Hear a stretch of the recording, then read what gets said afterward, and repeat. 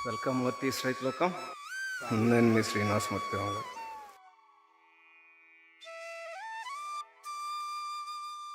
సైంటిఫిక్గా టెక్నికల్గా irrigation channels సిస్టమ్ని ఎట్లా ఏర్పాటు చేసుకోవాలనేటువంటిది ఇంతకుముందు ఒక వీడియోలో ఒక షార్ట్లో చెప్పుకున్నాము. ఇప్పుడు రెండో పార్ట్ కింద ఇది ఫర్టిగేషన్ షెడ్.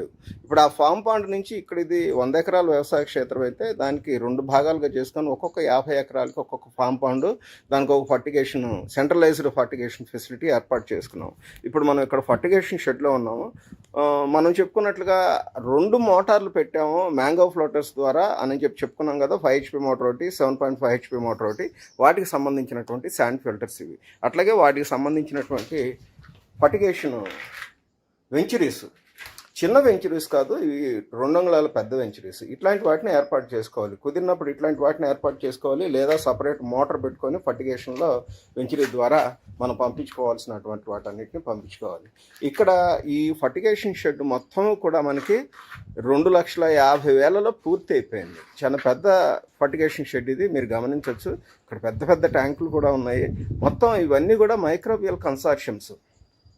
మూర్తీస్ రైతులోకం టెక్నికల్ అడ్వైజరీ సర్వీసెస్లో నా ఫిలాసఫీ ఏంటంటే, రైతు మీద ఆర్థిక భారం ఎక్కువగా పడకూడదు, అట్లాగే ఎక్కువ శ్రమ కూడా ఉండకూడదు, అట్లాగే ప్రెసిషన్ ఫార్మింగ్ చేసుకోవాలి. ఏదో పూర్తిగా కెమికల్ ఫార్మింగ్ అనో లేదు పూర్తిగా ప్రకృతి వ్యవసాయం అనో, అంటే కమర్షియల్గా మనం ముందుకెళ్ళేటప్పుడు, కమర్షియల్గా చేసేటప్పుడు కమర్షియల్గా ప్రాఫిట్స్ వచ్చేటట్లుగానే అగ్రిప్రెన్యూర్ అంటాం, అగ్రిప్రెన్యూర్షిప్లోనే చేయాలి.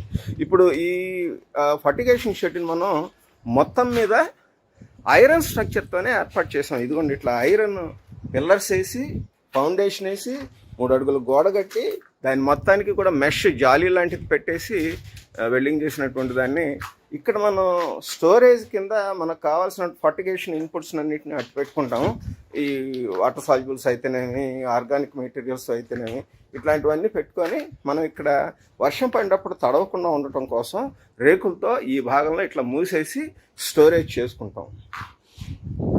అట్లాగే ఇప్పుడు ఇక్కడ ఉన్నటువంటి ఈ ట్యాంకులు అన్నీ కూడా మైక్రోబియల్ కన్సార్షియమ్స్. అంటే మార్కెట్లో ఏదో ఫ్యాన్సీగా ఎక్కువ రేట్లు పెట్టి కొన్న ఫర్టిగేషన్ మైక్రోబియల్ కన్సార్షియమ్స్ కాదు ఇవి. డీకేసీ, ప్రైమరీలీ డీకేసీ ప్రొడక్ట్స్ ఉంటాయి.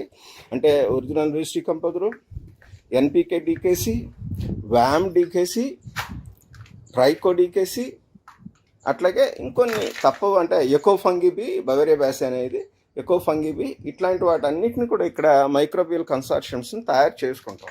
ఈ మైక్రోబియల్ కన్సార్షియమ్స్ని వారానికి ఒకటి చొప్పున ప్రతి నెలలో కూడా మనం పొలం మొత్తానికి పంపిస్తాం.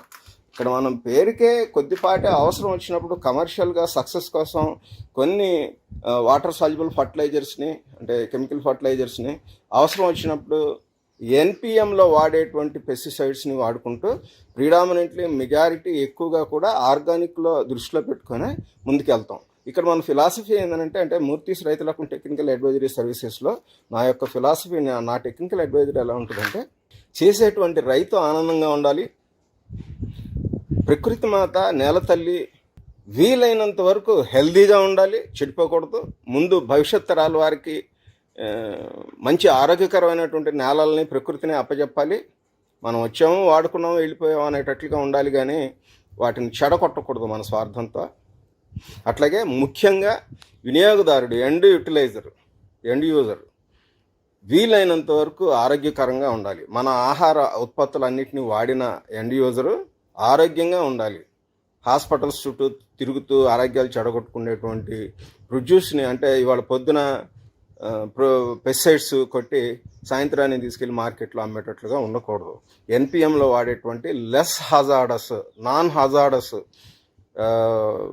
పెస్టిసైడ్స్ని, ఎన్పిఎంలో వాడేటువంటి పెస్టిసైడ్స్ని వాడుకుంటూ ముందుకు వెళ్ళాలి. ఇట్లా చేసినప్పుడే రైతు ఆనందంగా ఉంటాడు, లాభాలు వస్తాయి, ఖచ్చితంగా లాభాలు వస్తాయి.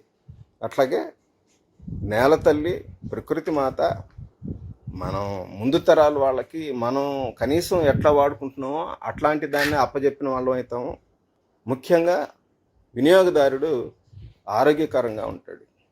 మూర్తీస్ రైతులకు టెక్నికల్ అడ్వైజరీ సర్వీసెస్లో నా అడ్వైజరీ అంతా కూడా ఈ ప్రిన్సిపల్స్ మీద ఆధారపడి ముందుకెళ్తుంది.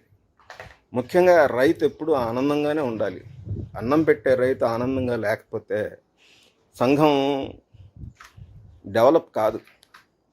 మనం అందుబాటులో ఉన్నంత వరకు డీకేసీ ప్రోడక్ట్స్ అంటే పదే పదే రైతు స్థాయిలో మాస్ మల్టిప్లికేషన్ చేసుకునేటువంటి మైక్రోబియల్ కన్సార్షియమ్స్ని వాడుకుంటూ అట్లా లభ్యతలో లేని వాటిని, అంటే ఉదాహరణకి మెట్రైజోమోనాస్లోపే, పాసిలోమైసిస్ లిలేసినస్, వర్టిసిలియం లకాని, ఎట్సెట్రా ఇట్లాంటి వాటిని బల్క్లో క్వాలిటీ అటానమస్ థర్డ్ పార్టీ ల్యాబ్లో టెస్ట్ చేసి డిజైర్డ్ రిజల్ట్స్ ఉన్నటువంటి వాటిని వీలైనంత తక్కువలో మనం ప్రొక్యూర్ చేసుకొని బల్క్లో మనం వాడేటువంటి పొలాలకి వాడుకుంటాం.